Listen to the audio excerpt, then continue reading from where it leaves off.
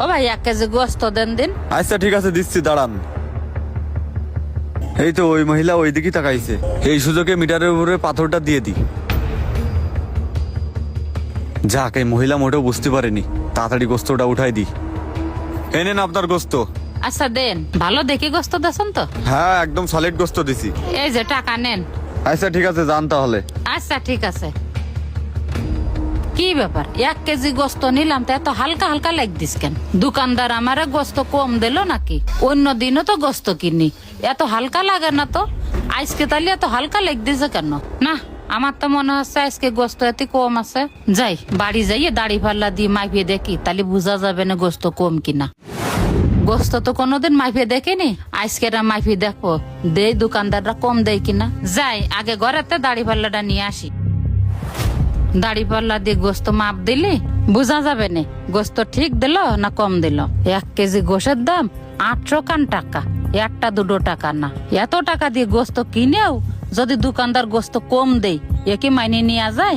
এবার দেখি দোকানদার কতটুকু গোস্ত দিল।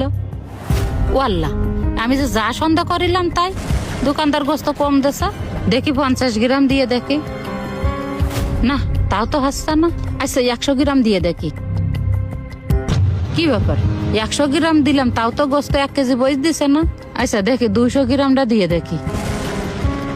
ওরে আল্লাহ, 1 কেজি গোস্ত 200 গ্রাম কম।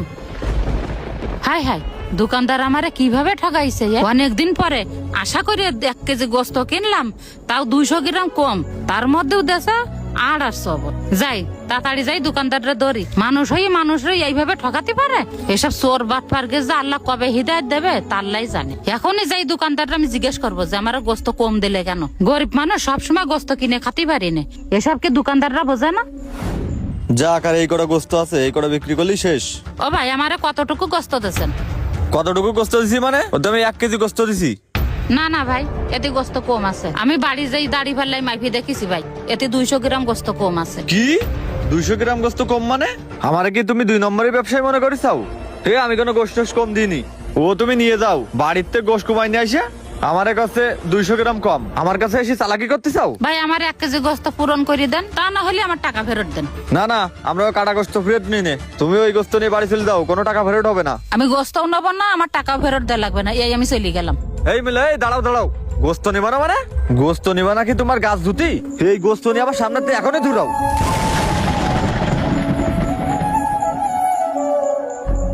এইবারে গোস্ত নিয়ে আমার দোকানের সামনে আসলে একদম খবর আছে। গোস্ত কিনে করছো, গোস্ত নেবে না।